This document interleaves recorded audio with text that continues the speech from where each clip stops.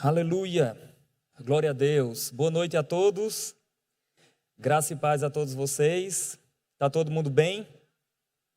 Queridos, nós estamos nesse curso de interpretação bíblica. A minha proposta é transmitir princípios, dicas de interpretação das Escrituras de uma maneira simples, acessível a todos vocês, para que vocês possam entender a palavra do Senhor e, entendendo a palavra, cumprir o propósito que o Senhor tem para a sua vida. Amém? Alcançando pessoas, ministrando as pessoas que necessitam de serem ministradas pelo Senhor. E eu creio que o Senhor conta conosco e esse é um tempo de preparação para as nossas vidas. Isso aqui é apenas uma demonstração daquilo que vocês podem ver estudando no Rema e também eu creio que em pouco tempo haverá aqui também a Escola de Ministros Rema. Para todos aqueles que já se formaram no Rema, eles também serão ministrados pelo Senhor por meio dessa escola também. Amém? Glória a Deus. Diga, Deus é bom o tempo todo. Diga, o tempo todo, Deus é bom. Aleluia. Então, queridos, abra sua Bíblia, abra a palavra do Senhor, queridos, no Salmo 119. Eu quero começar aqui lendo algo com vocês. Salmos 119.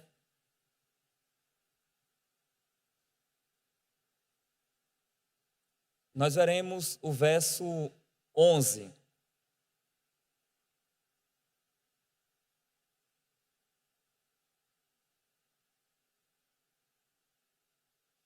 Diz a Bíblia: guardo no coração as tuas palavras, para não pecar contra ti. Amém. Olha o verso 105 agora. Salmo 119, verso 105. Lâmpada para os meus pés é a tua palavra e luz para os meus caminhos. Observa agora o verso 103. Quão doces são as tuas palavras ao meu paladar, mais que o mel à minha boca. Meu Deus. Olha o verso agora, por favor, 130. A revelação das tuas palavras esclarece e dá entendimento aos simples. Então, queridos, eu lembro que antes de eu estudar no Rema e quando eu congregava em outra denominação, durante um bom tempo, eu fui alcançado por Deus junto com os irmãos da Assembleia de Deus. Alguém aqui é da Assembleia de Deus ou já foi da Assembleia de Deus? Quando eu estava na Assembleia de Deus, queridos, eu fui ministrado durante um bom tempo pelo Senhor, por meio da palavra, por meio do Espírito Santo, e foi um tempo de crescimento, um tempo glorioso, um tempo maravilhoso. Essa igreja, a Assembleia de Deus, tem uma importante missão e obra aqui no Brasil e fora do país também, alcançando várias pessoas. Amém? E eu lembro, queridos, que nesse tempo eu me juntava com alguns irmãos e a gente passava noites e noites estudando a palavra do Senhor. Eu lembro que a gente colocava ao lado uma garrafa de café e a gente ficava de 10 da noite até 3, 4 horas da manhã em cima de um versículo, tentando entender o que é que o Senhor queria transmitir para as nossas vidas por meio daquele versículo. E durante esse tempo de dedicação, quantas vezes o Senhor ministrou aos nossos corações? Quantas vezes o Espírito Santo falou conosco por meio da palavra? Quantas vezes respostas que tanto a gente desejava chegaram por meio da meditação na palavra? Sabe, queridos, que teve uma noite que, meditando nesse salmo aqui, o Salmo 119, eu li o salmo todo em lágrimas. Por quê? Porque cada momento que eu me deparava com cada verso desse Salmo 119, eu chegava a uma única conclusão: esse é o salmo que exalta a palavra de Deus. E nós, como crentes, nós como filhos de Deus, nós precisamos exaltar a palavra do Senhor, nós precisamos investir tempo lendo a Bíblia, meditando na palavra. E queridos, é maravilhoso, eu não sei se você prestou atenção, o 103 ele diz assim, mais do que a parte B, mais do que o mel a minha boca, mais doce que o mel a minha boca são ou é a tua palavra. Amém? Existe algo mais doce que o mel? Diga comigo, sim. Diga a palavra. Aleluia, glória a Deus. Então nós precisamos, queridos, desejar ardentemente o genuíno leite da palavra. Nós precisamos desejar o conhecimento da palavra, compreendermos a Bíblia, queridos. E eu quero afirmar para você, queridos, que o conhecimento da palavra do Senhor, ele liberta. Infelizmente, muitas pessoas têm combatido o conhecimento das sagradas letras. Muitas pessoas falam que a letra mata, mas o Espírito é quem vivifica. O contexto que fala de letra mata não se refere à Bíblia, à palavra do Senhor. Estava se referindo a um contexto da lei de Moisés, que apontava, queridos, para o homem que estava dentro de um contexto de pecado, de morte, e que ele necessitava urgentemente de um Salvador, de um arrependimento. Paulo diz que outrora ele vivia, ele dando um exemplo do homem com Cristo e o homem sem Cristo, ele diz, outrora eu vivia, mas quando chegou o conhecimento da lei, ele disse assim, quando esse conhecimento chegou até mim, eu morri. Aí ele diz por quê? E ele explica essas verdades. Paulo fala que a lei diz, não adulterarás, isso é Romanos capítulo 7. Romanos capítulo 6, 7 e 8, ele vai desenvolvendo, ele diz assim, não adulterarás. Como eu vou saber se adultério é pecado ou não? Porque a lei dizia, não adulterarás. Aí ele diz que isso guerreava contra outra lei dentro dele. E Paulo era incapaz de cumprir plenamente a lei de Deus no contexto de quando ele não estava com o Senhor, quando ele não era crente. Mas uma vez que Paulo nasceu de novo, uma vez que todos nós nascemos de novo, uma vez que todos nós temos a vida de Deus, diz a Bíblia, queridos, que os nossos olhos foram abertos. Aleluia. E o homem espiritual, ele discerne as coisas do Espírito. Amém? Então, após o novo nascimento, você foi capacitado, habilitado pelo Senhor para compreender as Escrituras. Amém? Nós iremos falar sobre isso logo mais.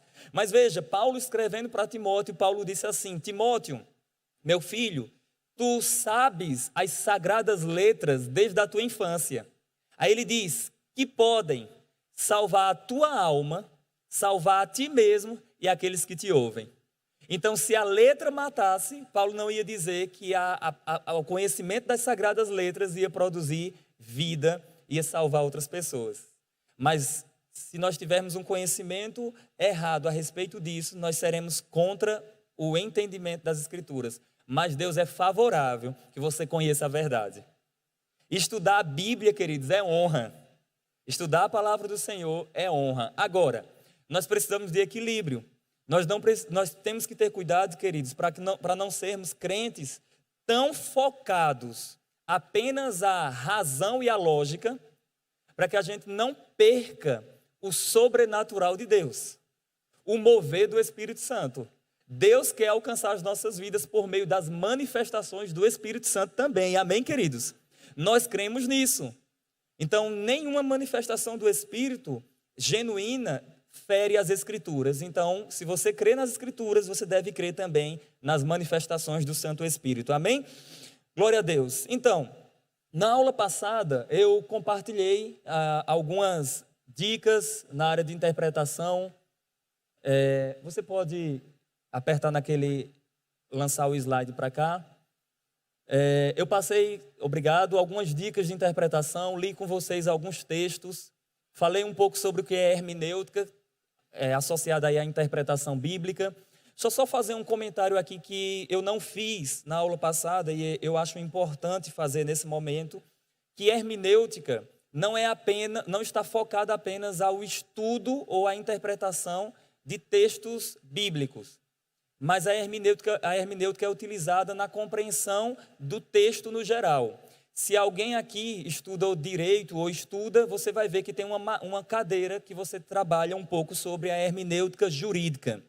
E aí você vai aprender os princípios de interpretação no aspecto jurídico também. A hermenêutica, no geral, lida com interpretação, seja das escrituras ou não. Amém, queridos?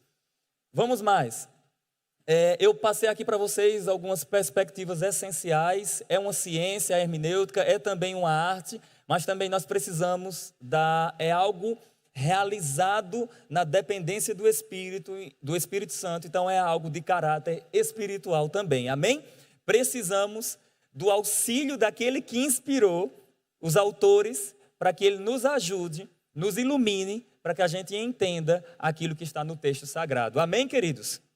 Glória a Deus. Vamos mais, eu ensinei o sistema dispensacionalista, expliquei que a ideia é revelar, a ideia aponta para uma revelação progressiva em um Deus que tem se revelado progressivamente por meio das Escrituras, de tal ponto, de tal forma que ele desceu até aqui, o Verbo se fez carne e habitou entre nós, e os apóstolos falam que viram a sua glória, a glória como do unigênito do Pai. Amém? Glória a Deus. Isso aqui eu toquei em algumas coisas, mas eu vou avançar mais um pouco. Falei um pouco sobre as dispensações, né, o trato de Deus com a humanidade para revelar o plano e o propósito de salvação e reino. Falei sobre os 3 povos na Bíblia. Alguém lembra quem são os 3 povos na Bíblia? Vamos lá? Judeus, gentios e igreja. Desses 3 você é gentio, amém, querido? Não, peguei você. Destes 3 você é judeu, não é isso? Você é o que mesmo? Igreja, membro do corpo de Cristo, amém? Glória a Deus, vocês estão atentos. Olha aqui as definições, eu expliquei para vocês. Dicas de interpretação, eu parei na dica número 7, e eu vou dar continuidade, vou passar algumas coisas para vocês. E no segundo horário nós teremos algo mais prático, que eu vou ensinar um método de estudo para vocês. Quando terminar esse seminário, quando terminar esse curso, quando você quiser estudar a palavra do Senhor, eu vou te ensinar um método. Como estudar a palavra do Senhor, como fazer pesquisas nas Escrituras. Amém? Você deve ser um pesquisador, um investigador do texto sagrado. Lucas, o autor de Lucas e de Atos, quando ele fala sobre o que ele fez, ele diz em Lucas, no capítulo 1, ele diz assim: eu fiz uma acurada investigação dos fatos ocorridos entre nós. E ele diz que estudou detalhadamente acerca do Senhor Jesus Cristo e do desenvolvimento do cristianismo. Amém? Conforme o que vemos em Atos, em Lucas capítulo 1 e em Atos capítulo 1. Lucas, o médico amado, vai falar isso. Então, vamos adiantar. Eu parei na aula passada falando para vocês sobre essa dica número 7 aqui. E para você ter uma ideia, vários amigos, ministros, pastores, entraram em contato comigo porque eles viram o vídeo em que eu falei sobre essa dica de interpretação de parábolas e eles acharam maravilhoso e pegaram aquele vídeo, um recorte do vídeo e compartilharam também com o povo deles. E isso tem sido uma bênção para o reino de Deus, amém? Veja, se o texto estudado for uma parábola, geralmente as parábolas foram empregadas para dar respostas a questionamentos e devemos sempre procurar a verdade central transmitida em cada parábola em análise. Isso eu falei para vocês. Vamos mais. 8. Preste atenção nisso aqui, que é daqui em diante que nós iremos desenvolver algumas verdades aqui para o dia de hoje. Observa atentamente comigo essa dica número 8. Ainda que a mesma palavra, diga mesma palavra, seja utilizada em vários textos, só o contexto poderá nos ajudar a compreender o real significado. Olha essa frase aqui. O contexto é o Senhor da interpretação. Amém? Vamos explicar um pouco sobre isso. Nas Escrituras, no texto sagrado, no texto bíblico, nós encontramos diversas palavras que são frequentemente utilizadas pelos autores inspirados. Então, às vezes, você encontra, eu vou dar um exemplo que eu gosto de dar. Jesus Cristo, no Evangelho de João, ele usa um verbo chamado, é o verbo deixar, e ele usa de formas diferentes. E se eu traduzo sempre o verbo deixar como um dos significados que eu vou passar aqui para você, nós teremos um problema na interpretação. Eu vou dar um exemplo aqui. Lembra que Jesus falou assim: deixo-vos a paz, a minha paz vos dou. Então, qual é o significado dessa frase de Jesus? Ele estava deixando com a gente a paz dele. Amém? Ele estava nos dando algo, sim ou não? Mas, no mesmo livro, Jesus fala: deixo-vos agora e vou para o Pai. Veja, no primeiro caso, ele deixa algo conosco. No segundo caso, ele se retira de nós. Entende que essa regra aqui, que essa dica é importantíssima? Não é a repetição de uma palavra em um texto que vai ser essencial para a interpretação ou que vai ser uma regra geral. Por exemplo, eu já ouvi pessoas dizendo assim: todas as vezes que a palavra, eu vou dar esse exemplo para vocês, mas tem outros, tá certo? Todas as vezes que a palavra anjo aparece na Bíblia, é sempre uma menção ao ser celestial. Isso é perigoso. Sabe por quê? Porque não é a palavra em si que é essencial para o entendimento do texto. Então, ô Saulo, então o que é essencial? É a palavra no texto sendo observado o contexto. Posso dar exemplos para vocês? A palavra anjo é uma palavra grega, eu falo isso em um dos meus livros, é a palavra grega angelos. Diga comigo, angelos. Essa palavra angelos quer dizer mensageiro. Agora uma pergunta para vocês: um mensageiro pode ser alguém divino? Sim ou não? Pode ser então um anjo. Mas o mensageiro pode ser um homem?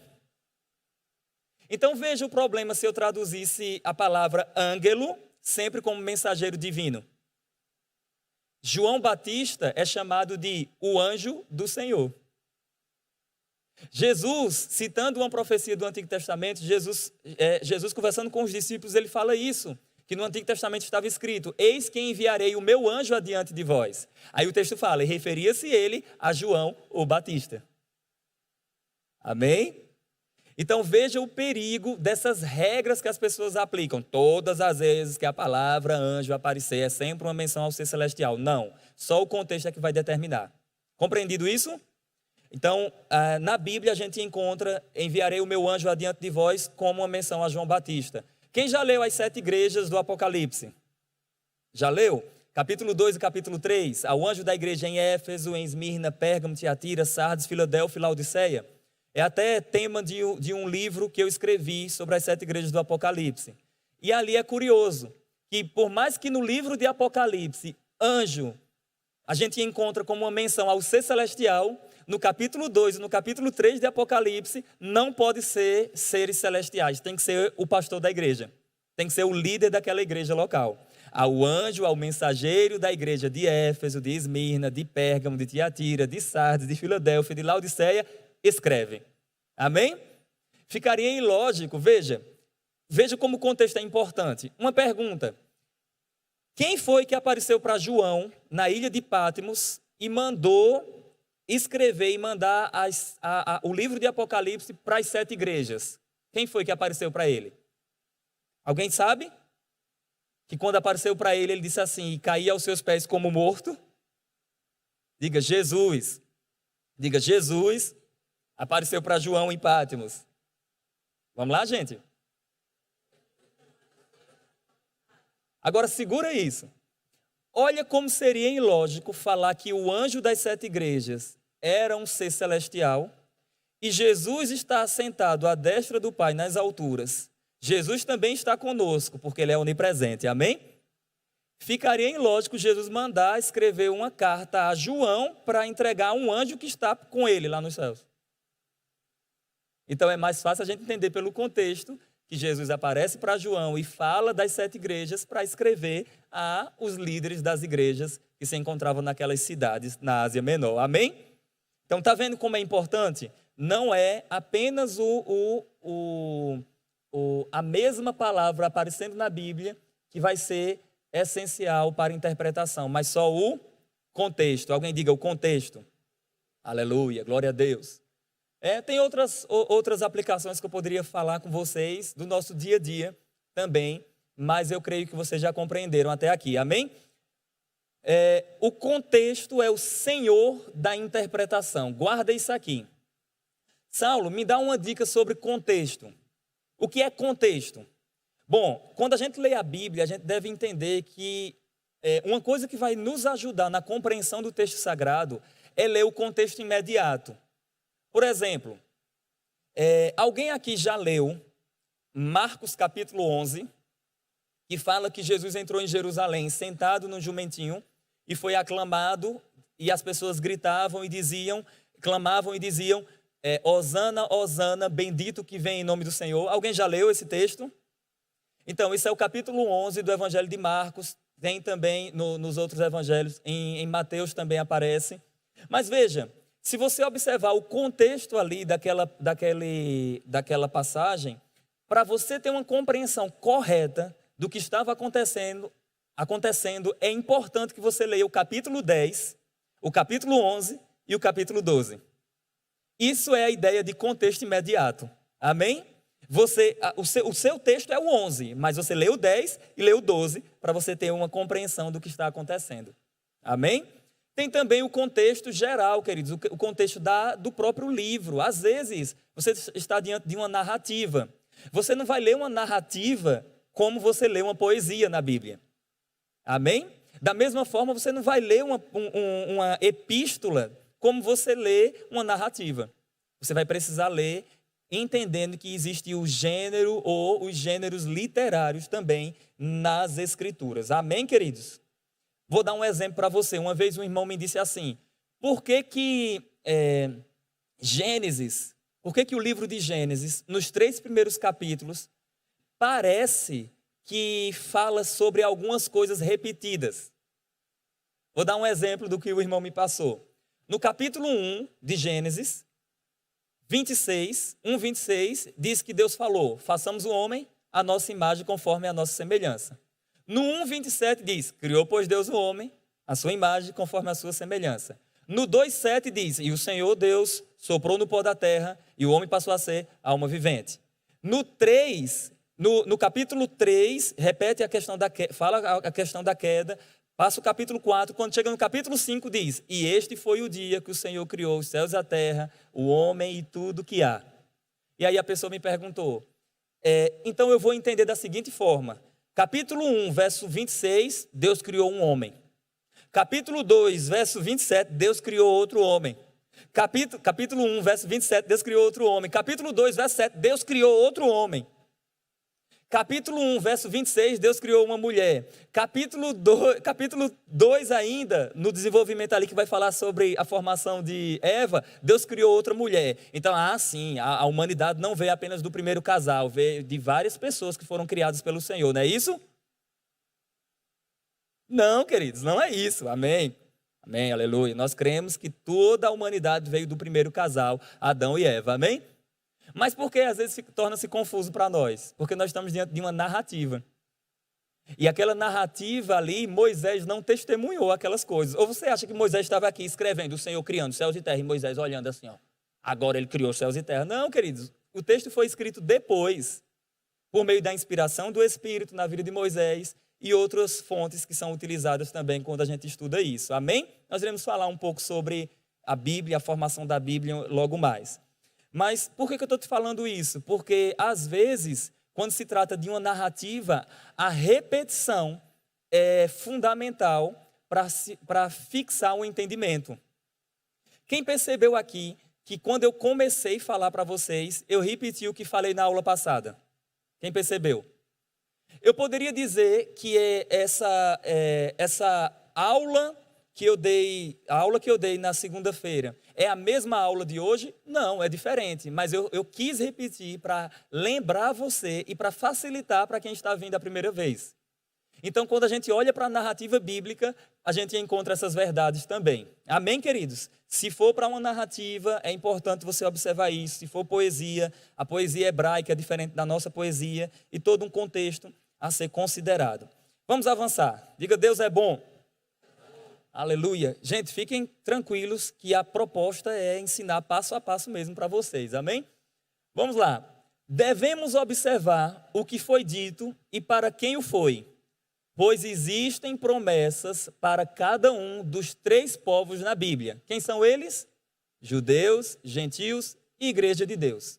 Existem promessas que não podem ser aplicadas para a igreja. Existem promessas que não podem ser aplicadas para os gentios, nem tampouco para os judeus. Cada um no seu contexto. Todavia, queridos, eu não gosto de ser extremista. Existem passagens que você pode absorver o princípio daquela passagem. Amém? Vou dar um exemplo aqui. Lá no Antigo Testamento tem um texto que fala para Israel. Sabe qual é o texto que fala para Israel? Diz assim, ó: e há de ser que se o meu povo me buscar, eu vou repetir o texto, diz assim: buscar-me-eis e me achareis, quando me buscardes de todo o vosso coração. Serei achado de vós, diz o Senhor, e farei mudar a vossa sorte. Qual é o contexto? Israel estava cativo na Babilônia. E Deus disse: se vocês me buscarem, eu vou mudar a sorte de vocês. E qual seria mudar a sorte? Tirar eles do cativeiro. Amém? Isso foi dito para quem? Para Israel. Mas existe um princípio ali. Qual? Se alguém buscar a Deus, algo acontece. Amém? Então eu não quero ser extremista e fechando de tal ponto a interpretação que você não possa extrair algumas verdades, mesmo de coisas que não foram ditas para você. Amém? Porque existem princípios gerais, e princípio é para todo mundo. Aleluia. Alguém dá um glória aí? Vai dando glória misturado com aleluia, aleluia. Vamos lá. Avançando mais um pouco, devemos ter cuidado, isso aqui eu já falei, mas repetindo, devemos ter cuidado para não sermos literalistas ao extremo. Exemplo, Mateus 18, verso 9. Lá vai dizer: se teu olho te faz escandalizar, arranca-o. E aí você já sabe que eu expliquei aqui que fica claro que o texto não está ordenando arrancar o olho, literalmente, mas remover de você aquilo que te faz pecar. Amém, queridos? Tenhamos cuidado com isso também. É fundamental entender que muitas profecias podem ter múltiplos cumprimentos. Olha que dica fantástica. Muitas profecias da Bíblia, elas podem ter múltiplos cumprimentos. Sabe o que é que eu gosto de falar? Eu gosto de falar que nós encontramos na Bíblia de profecias de intervalo. Diga comigo, profecias de intervalo.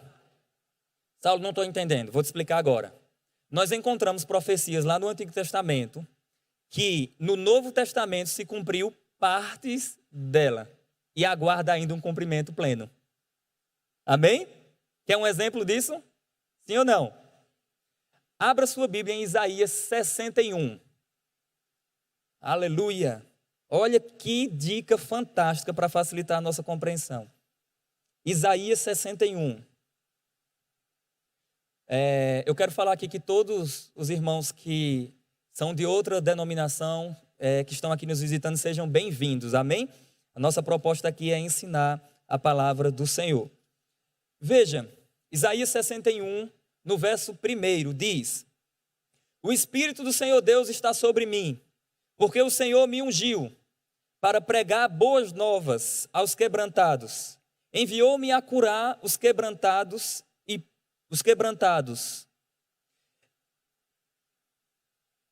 de coração, e proclamar libertação aos cativos, e pôr em liberdade os algemados, e apregoar o ano aceitável do Senhor e o dia da vingança do nosso Deus. Alguém diga: e o dia da vingança do nosso Deus? E o texto continua: a consolar todos os que choram, e pôr sobre os que estão em Sião, que estão de luto, uma coroa em vez de cinzas, óleo de alegria em vez de de pranto, vestes de louvor, e ele vai compartilhando algumas verdades aqui no lugar de espírito angustiado, e você já sabe do texto. Diga comigo, profecia. Agora abre em Lucas capítulo 4. Olha que dica fantástica.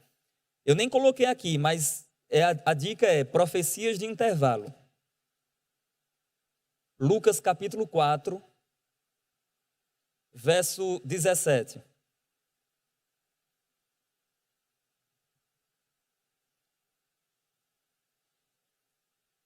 Então, Lucas 4, 17. Então lhe deram o livro do profeta Isaías. Para e olha para cá. Nós estamos agora diante de um texto em Lucas que alguém entregou a Jesus o livro do profeta Isaías. A gente acabou de ler quem mesmo? Isaías, não é isso?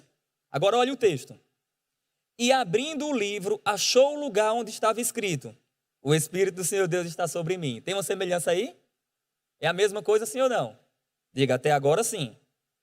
Aí ele diz: pelo que me ungiu para evangelizar os pobres, enviou-me a proclamar libertação aos cativos e restauração da vista aos cegos, para pôr em liberdade os oprimidos e apregoar o ano aceitável do Senhor. O verso 20 diz: tendo fechado o livro, devolveu ao assistente. Todos na sinagoga tinham os olhos fitos nele. Então Jesus passou a dizer: hoje se cumpriu a escritura que acabais de ouvir. Eu vou te mostrar algo que talvez você não tenha percebido. Mas na profecia que nós lemos em Isaías 61, fala de tudo isso aqui. Porém, lá tem um acréscimo. Lá diz que haverá o dia da vingança do nosso Deus. Quem percebe que Jesus não leu a parte que diz o dia da vingança do nosso Deus? Por quê? Porque só se cumpriu a primeira parte. Ele veio para curar, ele veio para dar libertação aos cativos, ele veio anunciar o ano aceitável do Senhor, ele veio evangelizar os pobres, ele veio fazer isso. Mas na primeira vinda, Jesus não veio para trazer vingança sobre todos os povos. Jesus não veio como juiz para julgar todos os povos. Não, não aconteceu. Na primeira vinda, ele veio como servo manso e humilde, como um cordeiro manso perante os seus tosqueadores. Mas futuramente, na segunda vinda, o leão vitorioso virá com os exércitos celestiais e com o sopro da boca dele, ele pelejará contra os seus inimigos. E então ele estabelecerá o reino dele aqui da terra. Então, olha que dica fantástica. Profecias de intervalo. Às vezes a profecia tem um cumprimento em um determinado texto e aguarda um cumprimento futuro. Ou seja, nós estamos vivendo um intervalo entre o cumprimento do restante dessa profecia de Isaías 61. Amém? Existem outras, eu poderia ficar aqui citando para vocês várias profecias. Eu vou citar só mais uma, não vou pedir para você abrir todos os textos, mas você pode comparar, só para você entender o quanto é fantástico.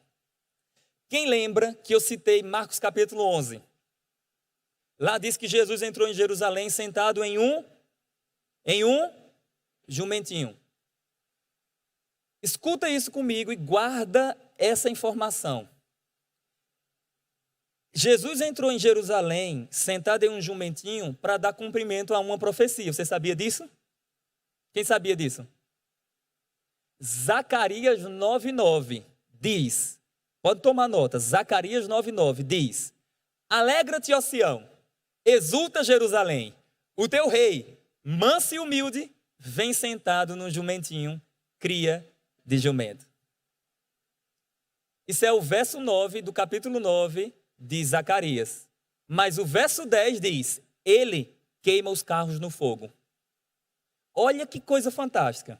Em Zacarias 9:9, Jesus é aquele que vem sentado no jumentinho como aquele rei manso, humilde, e isso se cumpre lá no Novo Testamento, nos Evangelhos. Mas o verso 10 diz que ele vai queimar os carros no fogo. Isso aconteceu? Não. Então, veja que coisa fantástica. A diferença de um versículo para o outro aguarda um cumprimento ainda futuro. O versículo 9 de Zacarias 9 se cumpriu, mas o versículo 10 aguarda um cumprimento. Não é fantástica essa dica? Isso aí chama-se profecias de intervalo. No meu livro, que está lá na livraria, lá no Verbo Shopping, eu compartilho essas coisas também. O nome do livro é Surpreendidos pela Eternidade. Vamos avançar. Deus é bom. E aí tem diversas profecias, viu? Se você quiser, no livro você vai ver que eu compartilho mais profecias nesse contexto. Para a gente ganhar tempo, eu quero falar com vocês agora um breve comentário sobre a formação da Bíblia. Diga comigo, Bíblia. Aleluia. Queridos, a Bíblia é a palavra de Deus. Amém? A Bíblia é Deus falando conosco. Eu gosto de dizer que se você quiser que Deus fale com você todos os dias, leia a Bíblia todos os dias. Então, a Bíblia é Deus falando conosco. Recentemente, um teólogo, um amigo meu, ele fez a seguinte postagem em uma mídia social. Ele disse: a Bíblia é o coração de Deus aberto para que você leia. Olha que coisa fantástica. A Bíblia é o coração de Deus aberto para que você leia. Quem quer conhecer o propósito, os planos, os desígnios de Deus? Levanta a mão. Está aqui, o coração de Deus. Amém? Sabe o que é que diz a Bíblia? Eu é que sei que pensamentos eu tenho a respeito de vós. Pensamentos de paz e não de mal, para vos dar um fim que desejais. Sabe como você vai conhecer os pensamentos de Deus? Olhando para as Escrituras.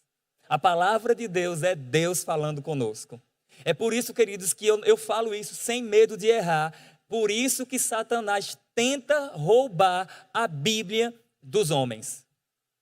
Tenta remover de todas as formas, e tentou isso durante a história da igreja, impedir com que o texto chegasse até nós, mas Deus preservou o texto e o texto chegou até nós. Aleluia! Aleluia! Glória a Deus! Vamos lá. Passando aqui para vocês algumas questões. Bíblia. Saulo, o que significa Bíblia? Bom, Bíblia significa coleção de livros, que podem ser de livros sagrados ou não. Toda coleção de livros é uma Bíblia. Se você é vendedor, você talvez já tenha visto a Bíblia do vendedor. Se você gosta de culinária, existe a Bíblia da culinária, com várias receitas de você fazer alguns alimentos, fazer algumas refeições. Mas, quando se trata da palavra do Senhor, é a Bíblia Sagrada, que remete, queridos, a um ajuntamento de livros sagrados. Livros santos, separados, inspirados pelo Senhor. Amém? No Antigo Testamento, nós temos 39 livros. Isso você já sabe, mas não custa lembrar. 39 livros. No Novo Testamento, 27 livros. Essa Bíblia, queridos, que nós temos hoje, ela não foi assim desde o início. Aconteceu algo que eu quero compartilhar com vocês, chamada a formação do cânon das Escrituras. Diga, cânon das Escrituras. Saulo, o que é cânon? Bom, quer dizer régua ou regra. Ou seja, o povo do Antigo Testamento e até no Novo Testamento também, eles tinham o seguinte entendimento. A regra era como, eles usavam o cânon como uma vara, literalmente, para medir algo. Amém?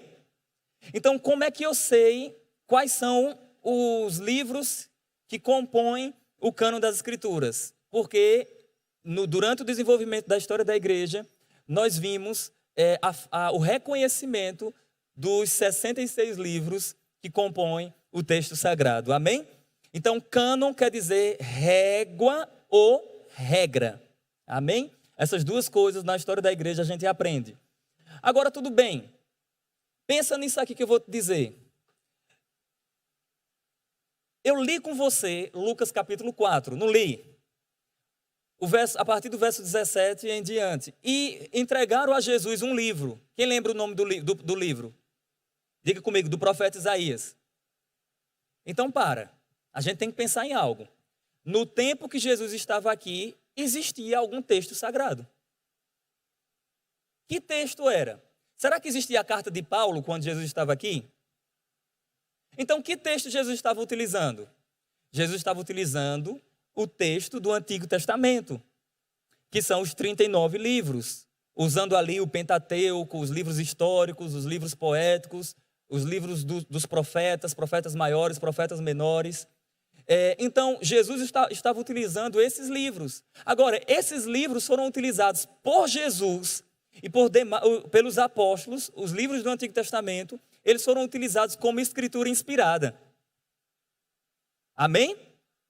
O nome disso, em uma tradução, ficou conhecido como a Septuaginta. Diga comigo, Septuaginta. Septuaginta é porque é a pronúncia em grego, né? Você pode falar Septuaginta sem nenhum problema, mas a pronúncia grega é Septuaginta. Em que, queridos, houve o reconhecimento desses 39 livros como livros inspirados, escritos em hebraico e algumas porções do livro de Daniel, e alguns estudiosos falam de outras partes também, escritas em aramaico. Então diga comigo, o texto do Antigo Testamento foi escrito em hebraico e aramaico. Agora pensa comigo, se hoje nós estamos aqui falando a nossa língua, o português, nós temos diversas traduções da Bíblia, e o texto inspirado, ele foi inspirado em um idioma diferente do nosso, que muitas coisas nem existem mais, o hebraico que existe hoje já é um hebraico diferente do texto inspirado. Então, isso mostra para nós um distanciamento. Então, a gente termina tendo, queridos, uma necessidade de investir mais em livros, em comentários bíblicos, em panoramas bíblicos, em livros sobre contexto histórico. Por quê? Porque nós estamos estudando um livro, mergulhando em um livro que não foi escrito na nossa língua. E um outro detalhe, quem escreveu não está mais entre nós. Eu vou dar um exemplo para você. Se você pegar um livro meu e você encontrar algum erro, você pode pedir aos pastores o meu contato e você liga para mim e fala assim, Saulo, você quis dizer o quê naquela parte do livro? Mas já pensou? Você chega diante de 1 Coríntios capítulo 15 e você vê Paulo dizendo assim, e por que vocês se batizam pelos mortos? Como é que você vai fazer? Como é que você vai ligar para Paulo? Aí você vai mandar um e-mail para Paulo. Paulo, o que é que você quis dizer batismo pelos mortos? Não há como a gente saber dessa forma, a não ser que a gente estude um pouco do contexto histórico e tudo aquilo que estava envolvido. Você percebe que tem uma dificuldade? Sim ou não, queridos? No Novo Testamento, queridos, o Novo Testamento ele foi escrito em grego koiné. Eu estudei grego já há muito tempo, já estudo grego há muito tempo. E eu vou dizer algo para você, queridos, é diferente do grego clássico, é diferente do grego moderno. O grego koiné, o grego do Novo Testamento, é um outro tipo de grego, e mesmo assim não está funcionando hoje esse tipo de grego. E se você quiser compreender, você só tem a seguinte opção. Ou você aprende hebraico, aramaico e grego, ou você depende das traduções. Amém? E glória a Deus pelas traduções. Porque alguém estudou grego, porque alguém estudou hebraico, aramaico, a gente tem essas traduções aqui. Agora, quem trabalha com tradução, o diretor do Rema, Ronald, ele sabe muito bem isso que eu estou falando. Quem trabalha com tradução, quem conhece outro idioma aqui sabe que existem dificuldades quando você vai traduzir questões, principalmente questões culturais de um povo, de uma etnia, de um idioma, para um outro povo, em um contexto totalmente diferente. Existem dificuldades. Só que os autores bíblicos, eles tiveram que escrever, falar essas coisas, mas as pessoas que foram traduzir depois o texto, eles tiveram que entender essas dificuldades. E um tradutor, o que é que ele vai fazer? Se ele não, por exemplo, se a mesma palavra tem diversas possibilidades de tradução, o que é que ele faz? Ele coloca qual? Entende a dificuldade? Então, muitos tradutores preferem fazer o quê? Ele coloca uma delas, a que fica ali no julgamento dele mais lógica, e faz uma nota de rodapé dizendo que existem outras possibilidades. E assim acontece com as traduções e outras traduções, e existem dificuldades quanto a isso também. Mas tudo bem, alguém está aqui ouvindo eu falar isso de uma maneira simples, e você pode perguntar, ô Saulo, mas Quem determinou quais os livros inspirados e quais os livros não inspirados? Boa pergunta, né? Por exemplo, como nós temos certeza que os 66 livros que tem aqui são inspirados? Por que por exemplo, tem um livro na história da igreja chamado O Pastor de Hermas. Por que o livro Pastor de Hermas ou a carta de Barnabé aos Coríntios, que foram outras cartas, por que esses livros não entraram também como livros inspirados? Quais os critérios que foram utilizados? A Igreja Católica Apostólica Romana entende que a igreja é quem determinou qual era inspirado. Então, a Igreja Católica entende que a igreja determinou, esse é inspirado, esse não é. A igreja evangélica, no geral, já entende de uma forma diferente. Nós entendemos que os livros inspirados não foi uma determinação da igreja, foi apenas um reconhecimento. Amém? Já eram inspirados, o cânon das escrituras já estava fechado dentro do primeiro século, e a igreja simplesmente reconheceu. Esse é inspirado, esse é inspirado. Mas quais os critérios que eles utilizaram? Aí eu quero compartilhar com vocês. Amém? Nós temos ainda alguns minutinhos. Bom, eles utilizaram os seguintes critérios na formação do cânon do Novo Testamento, que nós vemos na história da igreja no 2º, 3º século. Bom, eles utilizaram, até o 4º século também, nós encontramos algumas verdades sobre isso. Eles utilizaram a autoridade apostólica. Uma pergunta para vocês aqui. O que Paulo escreveu é inspirado, sim ou não? Como eu estou aqui no 2º século ou 3º século, certo? O que Paulo escreveu foi dentro do 1º século. Como eu vou saber que aquele livro que eu tenho de uma outra pessoa é inspirado ou não? A igreja, eu creio que por meio de uma iluminação do Espírito, eles entenderam. Para que a gente reconheça, o livro tem que ter autoridade apostólica. O que quer dizer autoridade apostólica? O livro tem que ser ou escrito pelos apóstolos ou apoiado por eles. Amém? Vou dar um exemplo. Lucas e Marcos têm evangelhos, mas nenhum dos dois eram apóstolos. Você sabia disso? Se não sabia, aprenda agora. Marcos e Lucas não eram um dos 12 apóstolos do Senhor Jesus Cristo. Mas eles escreveram um texto e é reconhecidamente texto inspirado. Agora, pergunta, Lucas andou com Paulo? Sim ou não, queridos? Marcos andou com Paulo e Barnabé? Sim. Então, quando a gente fala da autoridade apostólica, não é necessariamente escrito pelos apóstolos, é também, mas apoiado por eles. Então, a igreja utilizou assim, olha, se o livro foi apoiado pelos apóstolos, se houve diretamente ou indiretamente uma autoridade apostólica, então ele deve ser um livro inspirado pelo Senhor. Amém? Segunda forma que eles utilizaram, a antiguidade. Vamos lá. Se o último apóstolo, quem foi o último apóstolo de Jesus a morrer? Diga comigo, João. Segundo a tradição, queridos, João, ele foi preso por volta do ano 94, 95 da era cristã, pelo imperador chamado Domiciano. Ele foi exilado para uma ilha grega chamada Patmos. Depois, um outro imperador chamado Nerva o soltou e ele morreu por volta. Alguns falam que ele morreu ainda dentro do 1º século, outros falam que ele morreu mais à frente um pouco. Mas se o último apóstolo foi João e ele morreu dentro desse contexto de 1º século, então a gente deve entender que toda a Bíblia, todo o Novo Testamento já estava escrito. Amém? Todos eles já tinham escrito o texto. Mas para a gente aceitar como texto inspirado, o livro tinha que estar dentro do contexto de 1º século. Por exemplo, eu, Saulo, escrevi um livro em 156 da era cristã.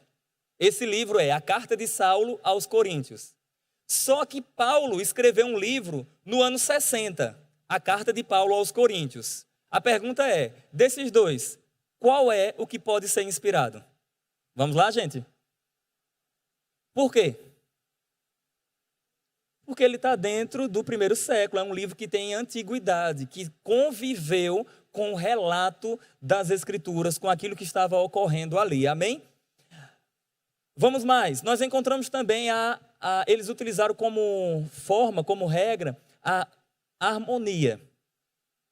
Se a gente fosse observar um livro, por exemplo, um livro chamado O Pastor de Hermas, isso é a história da igreja. O livro Pastor de Hermas, se ele fosse comparado com os demais escritos do Antigo Testamento e o que já existia alguma contradição? Existia alguma coisa que feria os princípios da palavra? Se tivesse, esse livro não poderia ser aceito no cânon das Escrituras. E pelo incrível que pareça, o livro Pastor de Hermas não foi reconhecido como livro inspirado, justamente porque ele tinha questões que entravam em contradição com os demais. Então havia uma necessidade que houvesse uma harmonia dos livros, amém? Por que é importante eu falar isso que eu estou falando para você? Porque geralmente as pessoas vão criticar a gente, os evangélicos. Vão dizer assim, a Bíblia evangélica tem 66 livros, a católica tem 73. Qual é a verdadeira, a católica ou a evangélica? Deixa eu dizer algo para você, não existe Bíblia católica e Bíblia evangélica, amém? Existe a palavra de Deus. Agora, se houve um acréscimo ou uma retirada de livro, aí a gente precisa estudar um pouco sobre isso.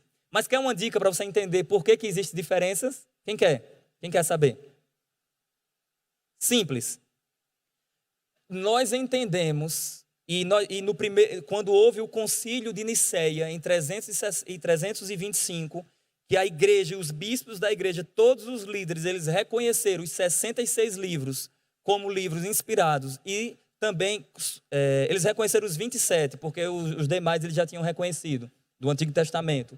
Quando eles reconheceram como livro, como texto inspirado,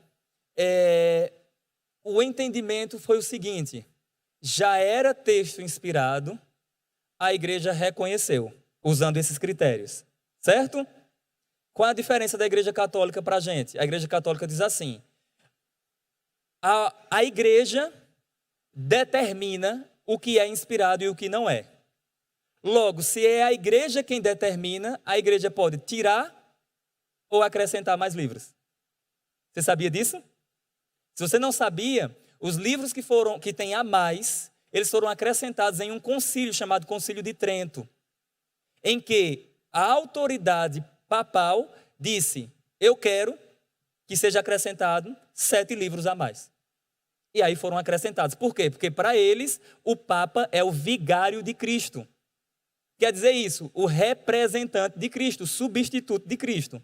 Sendo o substituto de Cristo, ele é o único apto a interpretar o texto, então ele tem a autoridade de dizer o que é e o que não é inspirado.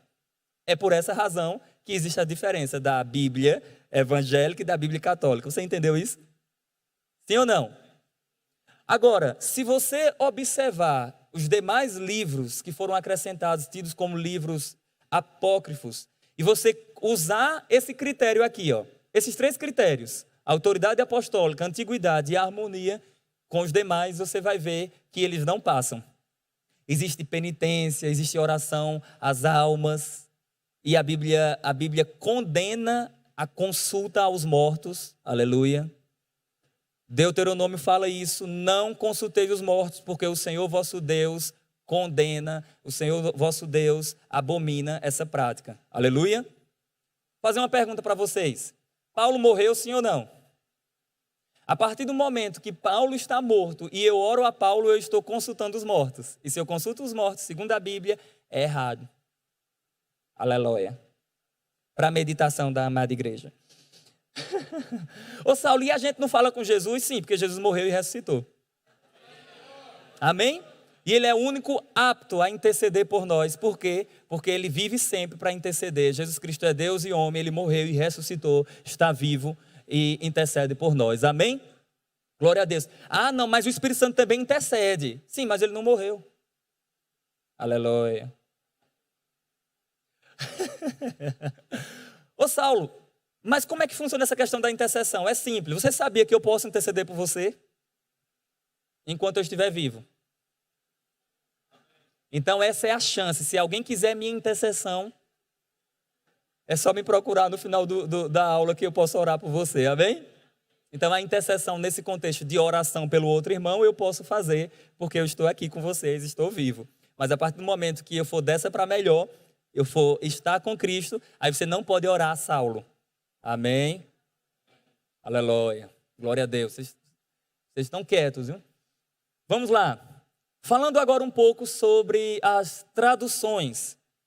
Se vocês quiserem, depois eu posso estar recomendando um documentário de 2 horas só sobre a Bíblia. Amém? Um documentário maravilhoso. Eu vou ver até o nome dele aqui, se você quiser anotar. É confiável. Tá no YouTube também, você pode ver. O nome do documentário é A História Detalhada da Bíblia. A História Detalhada da Bíblia. Documentário. A História Detalhada da Bíblia. É confiável, viu, queridos? Pode assistir diversas vezes que você vai gostar muito. Vai passar tudo isso que eu falei e coisas a mais também. Amém, queridos? Podemos avançar? A História Detalhada da Bíblia. Para a gente avançar, nós encontramos também as traduções. Então, tudo bem. Se o texto bíblico foi escrito em hebraico, grego e aramaico, e a gente não sabe hebraico, grego e aramaico, teve que ter a necessidade de traduções. Amém?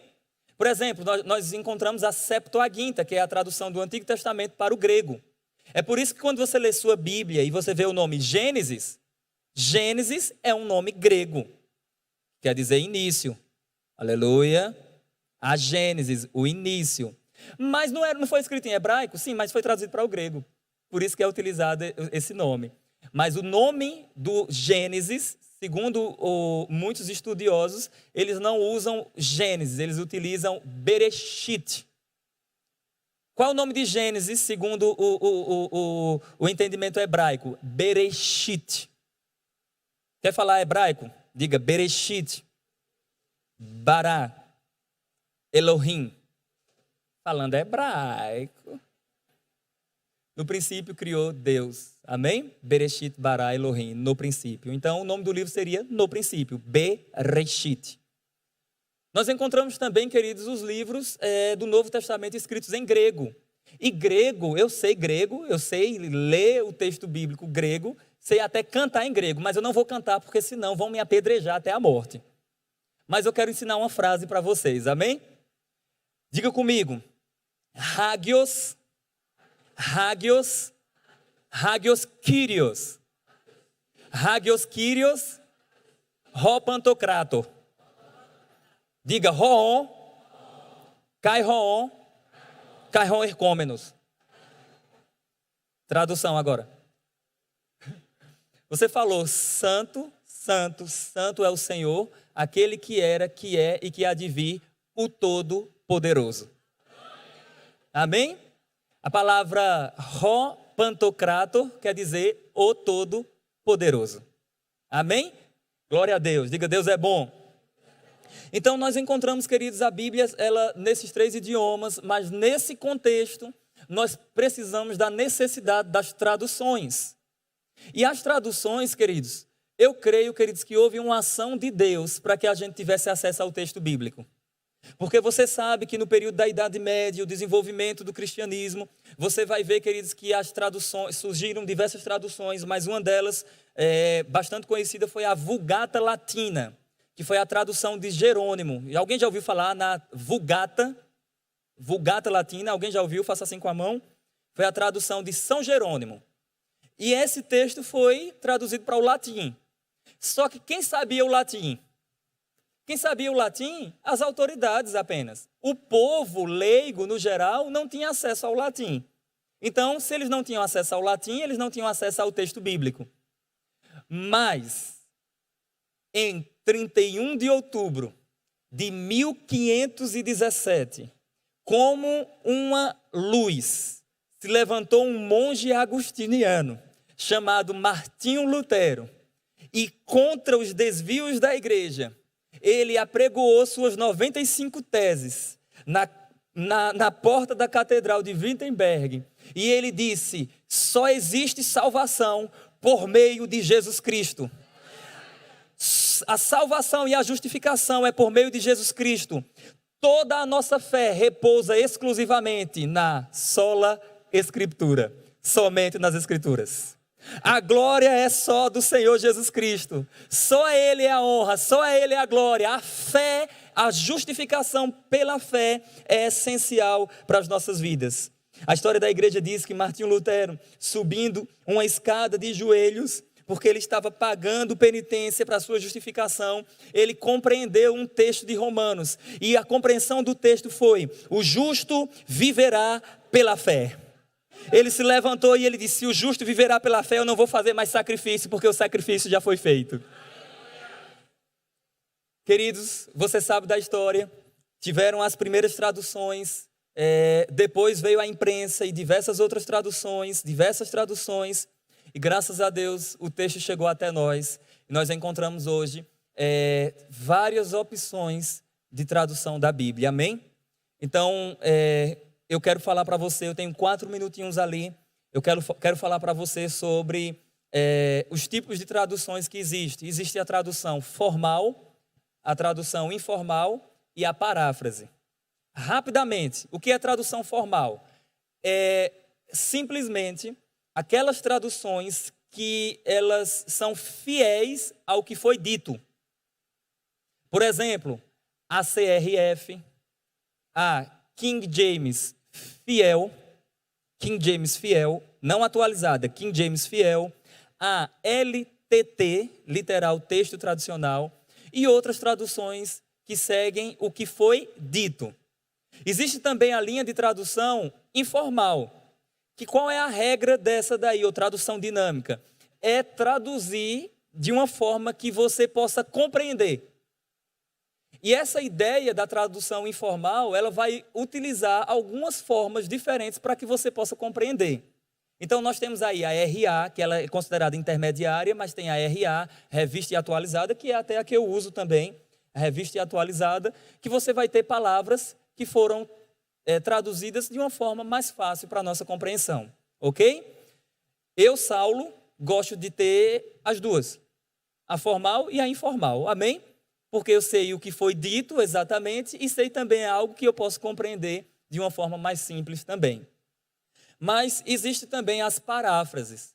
O que são as paráfrases? São algumas traduções que, na verdade, a pessoa que traduziu fez um tipo de interpretação, que é a Mensagem, NTLH e outras. Não sei se você já leu um texto na Bíblia, a Mensagem, e comparou com a sua Bíblia RA ou Revista Corrigida. Não sei se você já fez isso. Alguém já comparou? Se você perceber, existem diferenças grandes, não é isso? Por quê? Porque a mensagem não é necessariamente uma tradução. Ela usa mais como uma paráfrase, ela termina fazendo o quê? A pessoa que traduziu termina interpretando. E às vezes isso é bom e às vezes isso é ruim.